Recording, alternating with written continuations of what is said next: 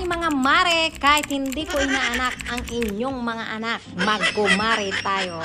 Char! Magandang umaga mga mare, dahil linggo ngayon, kailangan natin ng maaga gumising at syempre, bago mag-umpisa ng trabaho, kailangan ko rin muna ng energy. Kung mapapansin nyo, sa tuwing gumagamit ako ng itlog, palagi kong hinuhugasan. Bakit nga ba kailangan natin hugasan ng itlog? Dahil hindi natin alam kung saang lupalop nang galing ang mga itlog na ginagamit natin. Kaya ugaliin po natin, hugasan ng itlog kahit pa sabihin sasarsyado lang natin yan or kahit anong klaseng pagluluto yan, kailangan natin linisin muna ang itlog bago gamitin. At eto na nga, gumawa tayo ng ating almusal.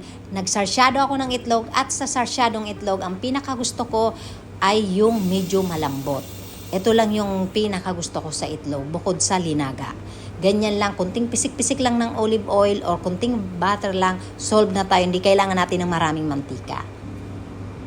Dahil nga, pag araw ng linggo, dito sa aking pwesto, sandamakmak ang aking ginagawa. Pinaka-fiesta talaga ng gawain ko rito tuwing linggo. Asahan ko na yan.